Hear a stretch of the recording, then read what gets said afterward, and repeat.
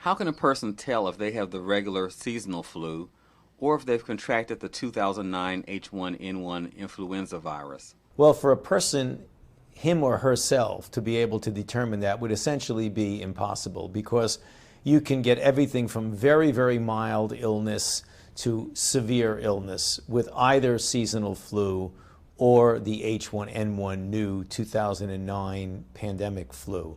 Most of the time it's a mild disease, but there are unusual cases that can be severe. The only way a person can tell is if they get their blood drawn or other laboratory tests, which could specifically distinguish between one and the other. But that is something that is not done routinely. So if someone wakes up in the morning and feels that they're not well, they get a fever, a muscle ache, some cough, the things that you would get with the flu, it would be very difficult for them to determine whether it's seasonal flu or the H1N1. However, circumstances that are going on in the community can give you a pretty big hint of what you have. Let me give you an example. When H1N1 historically has gone into a community, both in the United States in the spring of 2009, as well as what we're seeing in the Southern Hemisphere, in Argentina, Chile, Australia, in South Africa, it generally overwhelms and crowds out the seasonal flu. So if you're in a community in which we know from surveillance that 99% of the cases of flu are really H1N1, you can make a reasonable assumption that your illness is due to H1N1. If there's a mixture of both, or if there's still a lot of seasonal flu in the community, you may not be able to distinguish between one and the other. This year, do I get a shot for the 2009 H1N1?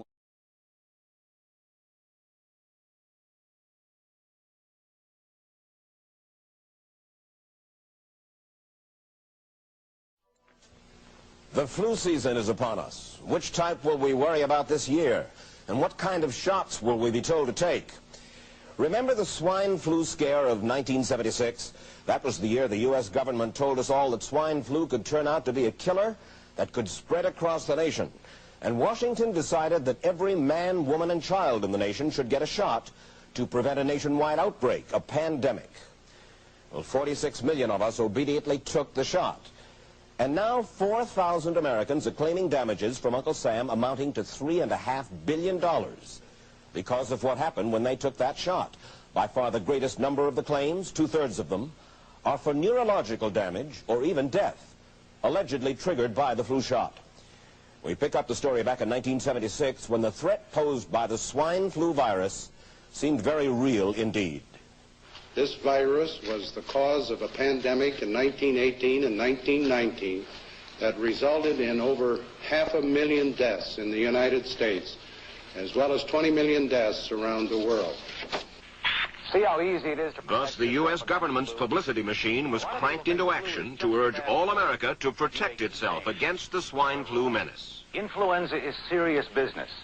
During major flu epidemics, millions of people are sick and thousands die. Well, this year you can get protection.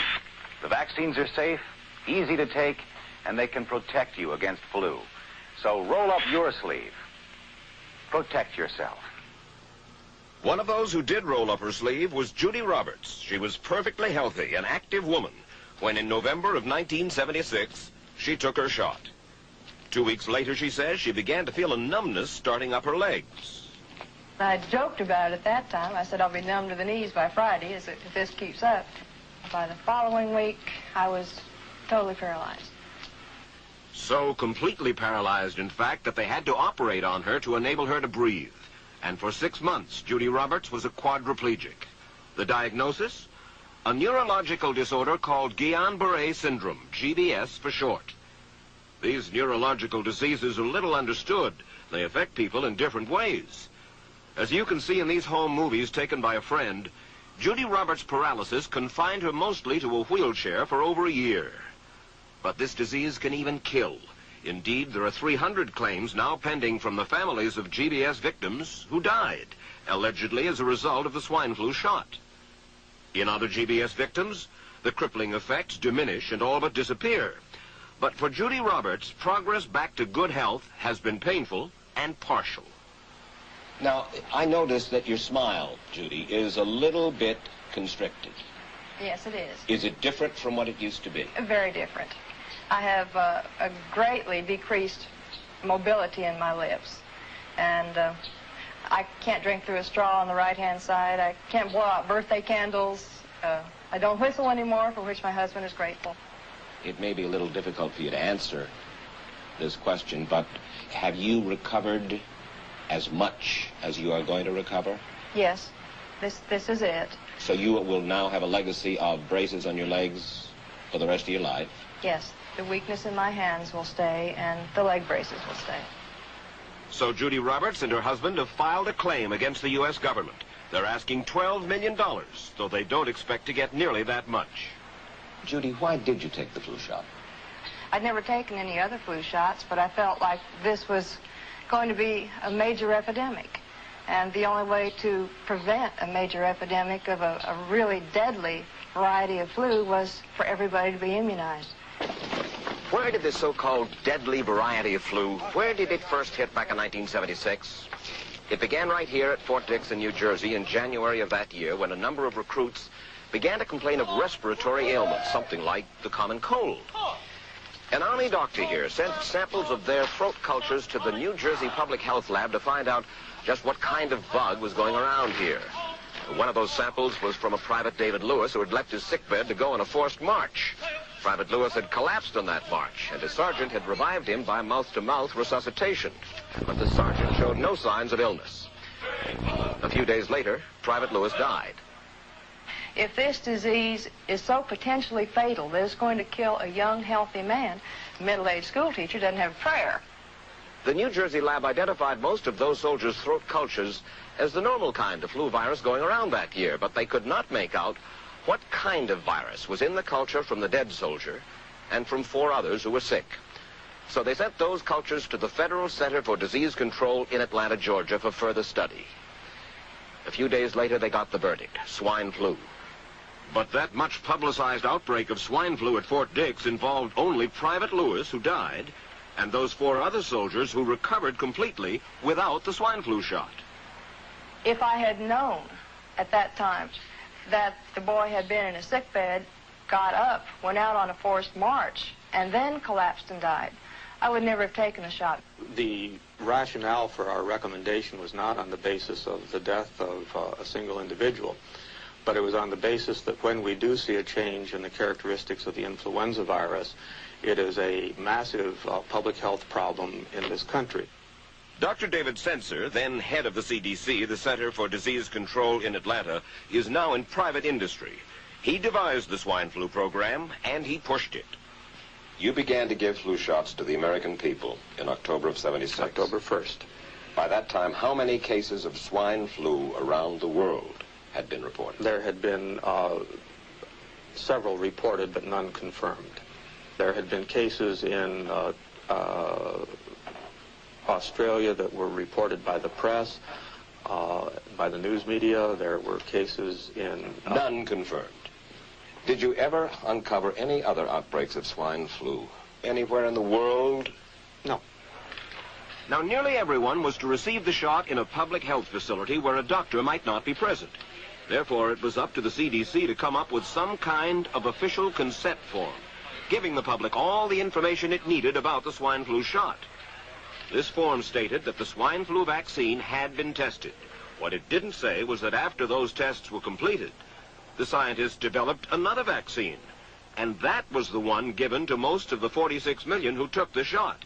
That vaccine was called X53A. Was X53A ever field tested? I can't say. I would have to... It wasn't. I don't know. Well, I would think that you're in charge of the program. I would have to check the records. I haven't looked at this in some time. The information form, the consent form, was also supposed to warn people about any risks of serious complications following the shot. But did it? No, I had never heard of any reactions other than a sore arm, fever, this sort of thing. Judy Roberts' husband, Gene, also took the shot. Yes, I looked at that document. I signed it. Nothing on there said I was going to have a heart attack or I get Guillain-Barré, which I never heard of. What if people from the government, from the Center for Disease Control, what if they had indeed known about it? What would be your feeling? They should have told us. Did anyone ever come to you and say, you know something, fellas? There's the possibility of neurological damage if you get into a mass immunization program? No. No one ever did? No. Do you know Michael Hatwick? Yes. Mm-hmm. Dr. Michael Hatwick directed the surveillance team for the swine flu program at the CDC. His job was to find out what possible complications could arise from taking the shot and to report his findings to those in charge.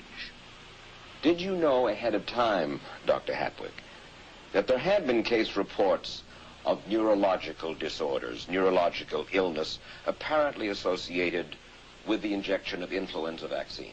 Absolutely. You did? Yes. How'd you know that? By review of the literature. So you told your superiors, the men in charge of the swine flu immunization program, about the possibility of neurological disorders? Absolutely. What would you say if I told you that your superiors say that you never told them about the possibility of neurological complications? That's nonsense. I can't believe that they would say that they did not know that there were neurological illnesses associated with influenza vaccination. That simply is not true. We did know that. I've said that Dr. Hatwick had never told me of his feelings on this subject. Then he's lying. I guess you would have to make that assumption. Then why does this report from your own agency, dated July 1976, list neurological complications as a possibility? I think the consensus of the scientific community was that the evidence relating neurologic disorders to influenza immunization, that they did not feel that this association was a real one. You didn't feel it was necessary to tell American people that information? I think that over the years we have tried to inform the American people as fully as possible. As part of informing Americans about the swine flu threat, Dr. Sensor's CDC also helped create the advertising to get the public to take the shot. Let me read to you from one of your own agency's memos planning the campaign to urge Americans to take the shot. The swine flu vaccine has been taken by many important persons, he wrote. Example, President Ford, Henry Kissinger, Elton John, Muhammad Ali, Mary Tyler Moore, Rudolph Nureyev, Walter Cronkite, Ralph Nader, Edward Kennedy, etc., etc. True? I'm not familiar with that particular piece of paper, but I do know that at least of that group, President Ford did take the vaccination. Did you talk to these people beforehand to find out if they planned to take the shot? I did not know. Did anybody? I do not know. Did you get permission to use their names in your campaign? I do not know.